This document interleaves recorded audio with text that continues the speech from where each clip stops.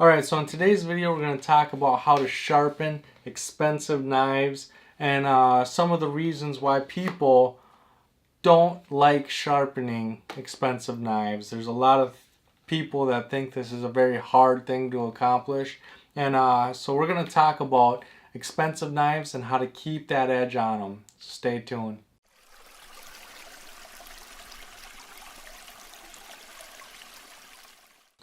Alright, so when it comes to sharpening expensive knives, some of you see my Tops Bob and you think that's an expensive knife at $130. A lot of you see my LT Wright Genesis, the Larry Roberts Signature Edition, and this is a $250 knife with the sheath, and this is an expensive knife to me. And you guys wonder, how do I keep that thing sharp? Do I send it in? You know, like, how do I have the confidence to sharpen such an expensive knife? And the reality is you should never really have to sharpen it from scratch. When you spend this kind of money on a knife, you're spending that money because you're getting a steel that's tough enough to handle a lot of work, right? It's going to have a better edge retention. It's going to be better to be used in every situation. And so for me personally, I've never really had to sharpen this knife ever. Every day at camp, if I'm sitting around the fire at the end of the night, I carry my Falkneven DC4, and it's got a 800 grit diamond side and a 1000 grit ceramic side, and I've only used the ceramic side. I don't use the diamond side, especially on these expensive knives, because I maintain them as I go, right? I don't wait until it's dull and then try to bring it back. I just keep it sharp. It's always sharp. And so what I do is I don't pass it through like a lot of people do. I actually take the stone and I set it right on the grind, and then I just use the sharpening stone as kind of like a sandpaper block, and I just sand off any rolls or anything, any imperfections on that edge. Then I do the other side, and you can feel it. You can feel if there's a burr or a roll or something. You can feel it on the stone. You can feel it filing that off. And then once it's gone, you can feel it'll just get smooth. And you'll learn the difference real quick. You'll learn what the different feels are. You'll learn what areas you need to work on. Yeah, this thing is razor sharp. It was razor sharp before I started, and that's the key, is to keep it sharp. Right? You don't want to take a steel, A2 tool steel, you don't want to take a steel that's extremely hard to sharpen and get it dull. You want to take a A2 that's extremely easy to maintain, and you want to continually maintain it. Right? I'm not just going to go out for a week, use it, throw it in its sheath, go out for another week, use it. It's not going to happen, because I'm going to get an edge that I might not be able to fix. You know, and so by buying an expensive knife, you're buying a knife that's easy to maintain, and so you have to take the responsibility to maintain that edge every day on your trip if you have to, or at least when you get back from that trip, you should sit down and clean up your knives.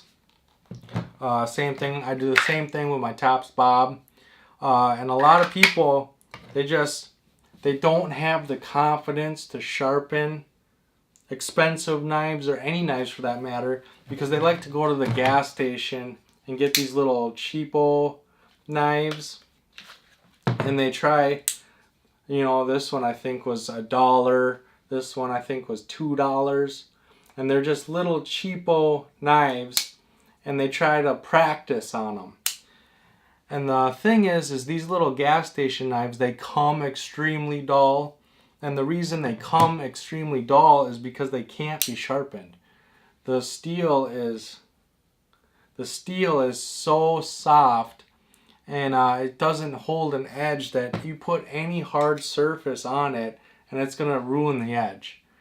And so just the hardness of the stone is enough to keep this thing dull. And so you get discouraged, you know, you're all like, you go to the gas station, you buy 5 $2 knives, and you wreck all 5 of them because you can't sharpen them. And the truth is that they just can't be sharpened. The steel isn't strong enough, or it's just not capable of holding an edge or getting an edge. And so what I recommend is, if you really want to learn how to sharpen knives and you don't want to do it on an expensive knife, I suggest getting a Mora Companion. The Mora Companion HD is a really great knife, and it's super easy to sharpen. It's super easy to maintain, and so I would take a Mora and practice on that, because then you're not spending a lot of money, and yet you still have a good enough steel that can take a razor edge. This thing can get extremely sharp, and it'll help build that confidence so that you can move out to more expensive knives. Yeah, this thing's screaming sharp too. But you know, the steel type is really the factor that I think holds a lot of people back. You know, they're buying these cheap little knives and not able to get them sharp, and so they think that this is a really hard process. And one of the things that I kept in mind while I was learning was, there's people that live in villages around the world that use sand and mud and whatever they find around them to keep their tools sharp. And they rely on those tools for their livelihood. Those tools are what gets them their food, water, and shelter. And so if they can do it with mud and sand and whatever, there's no reason I shouldn't be able to do it with dedicated sharpening devices. And so, yeah, I started with my Mora Companion. I did start with the cheap gas station knives and got discouraged, and then I finally this was something that I wanted to learn. I wanted to learn how to sharpen knives the right way. And so I bought a Mora Companion. I have a little Mora carving knife here.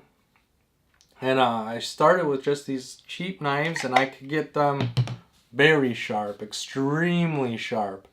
Sharper than I've ever been able to get these. Even now, knowing how to sharpen them, I still can't get these things sharp. I can't. The steel just doesn't allow it. So, with that being said, make sure to leave any knowledge or questions in that comment section. I want to know, what do you use to keep an edge on your knife? Let me know in that comment section. Then make sure to like and share this video to help spread that knowledge and those ideas to the people we care about most. And as always, don't forget to subscribe and come join the pack. I have a new video every Sunday and Thursday, and I can't wait to see you on the next one. Thanks, guys.